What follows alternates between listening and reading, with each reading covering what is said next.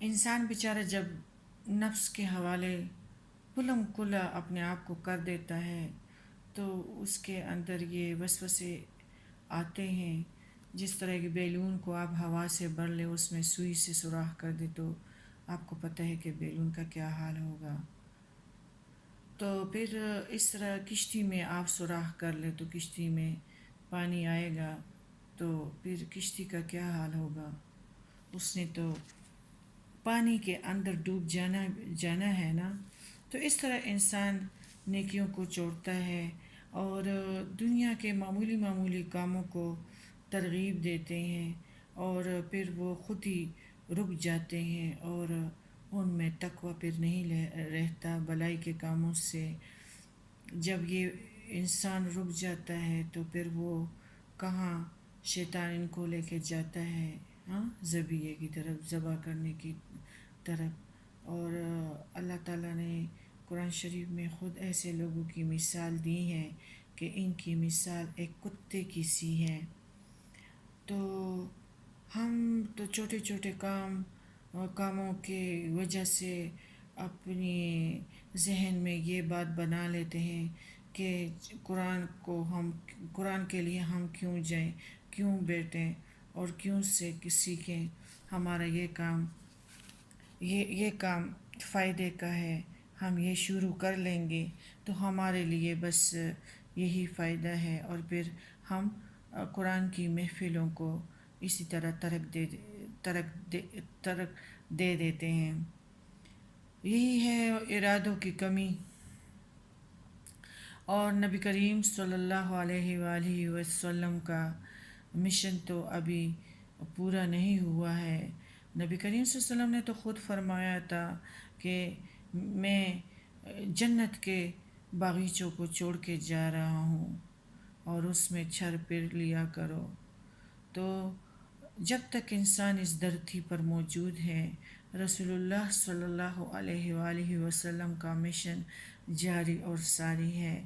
اگر اس کو دیکھنا چاہیے تو نبی کریم صلی اللہ علیہ وسلم کے آخری خطبے میں ہم دیکھ سکتے ہیں کہ آپ صلی اللہ علیہ وآلہ وسلم نے فرمایا بلغوا عنی ولو آیہ، بخاری 346. مجھ سے پہنچا دو اگرچہ ایک ہی آیات کیوں نہ ہو. آپ کو پتہ ہے کہ اللہ تعالیٰ نے اس مشن کے لیے بہت سارے لوگوں میں سے کچھ لوگوں کو منتخب کر کے کھڑا کیا ہے تاکہ وہ اس کام کو سر انجام دے. انسان بعض وقت نیکیوں کا ارادہ کرتا ہی نہیں ہے. وہ کہتا ہے کہ میں تو یہ کر ہی نہیں سکتی، میرے پاس تو ایسا ہے ہی نہیں. لیکن یہ کیا ہے؟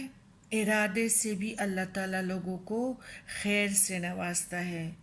تم وہ کرو یا نہ کرو، حسنیت کے ثواب سے بھی یہ شیطان انسان کو محروم کرتا ہے. اللہ تعالیٰ زیادہ برکتیں ان کو بھی دیتا ہے جن کے ارادے بھی اچھے ہوں.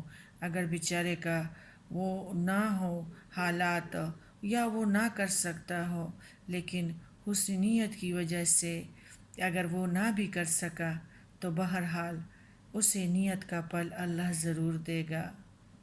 حسن نیت بہت بڑی چیز ہے اور حسن اخلاق ہے.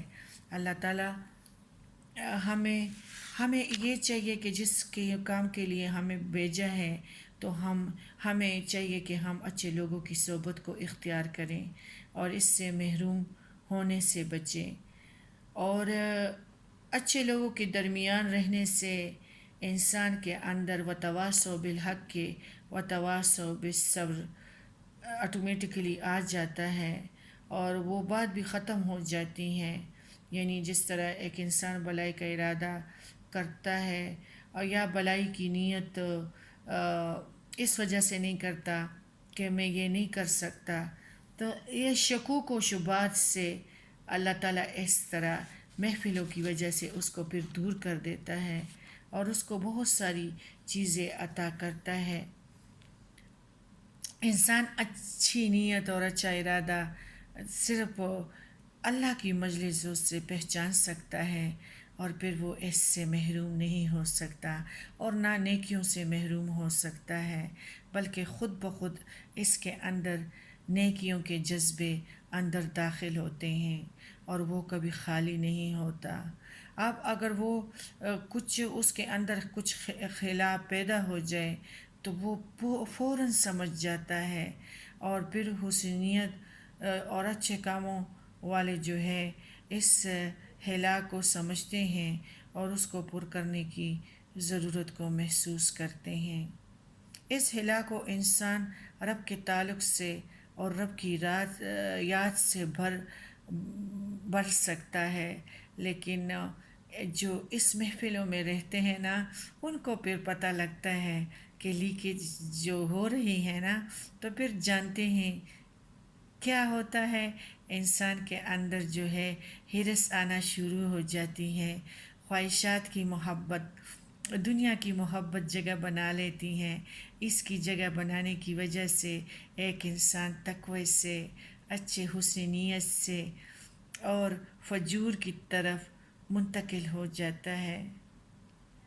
تو یہ کیا ہے؟ یہ فجور کا معاملہ ہے، یہ برائیوں کے محفلوں کو اختیار کرنا۔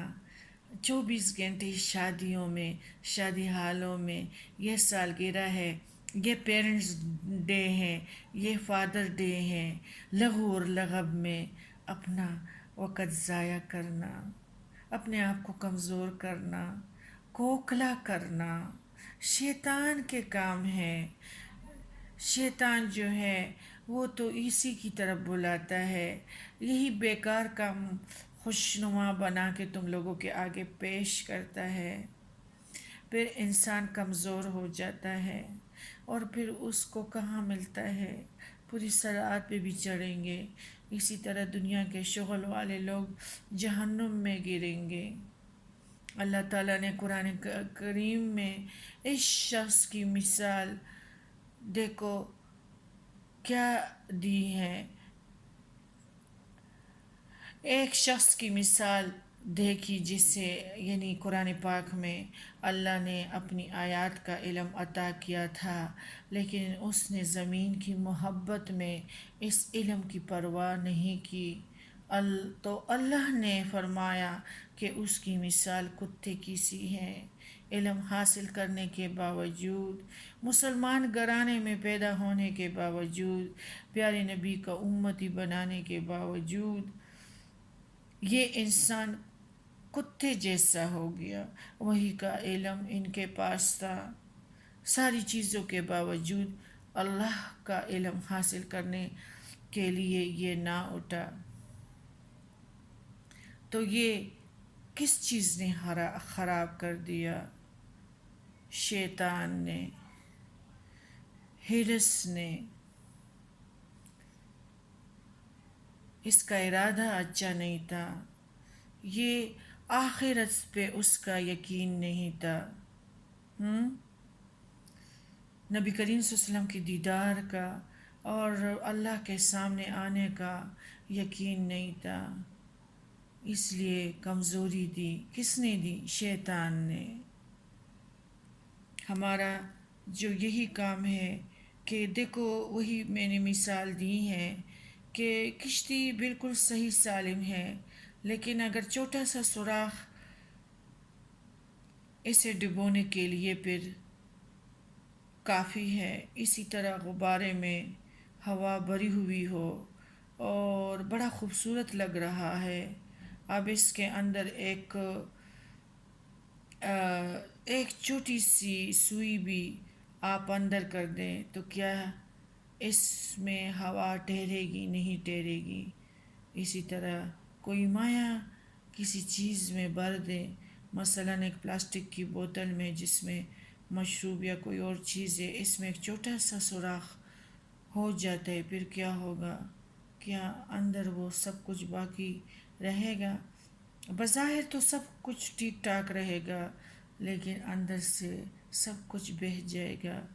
یہ مشروب کا بہہ جانا، ہوا کا نکل جانا، کشتی کا پانی سے بھر جانا، کیا ثابت کرتا ہے؟